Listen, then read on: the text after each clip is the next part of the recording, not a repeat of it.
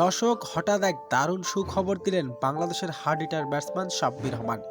সাব্বির রহমান এবার শ্রীলঙ্কার টি10 লিগ খেলতে উড়াল দিয়েছেন বাংলাদেশের hard hitter batsman Sabbir Rahman.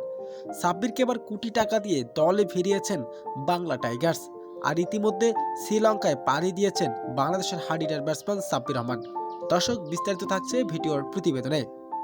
অনেকদিন ধরে জাতীয় দলের বাইরে রয়েছে বাংলাদেশের hard hitter batsman Sabbir Rahman.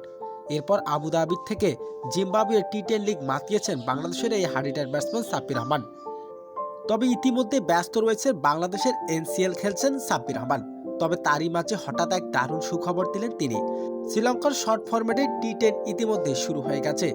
আগামী 12 তারিখ থেকে শুরু হবে।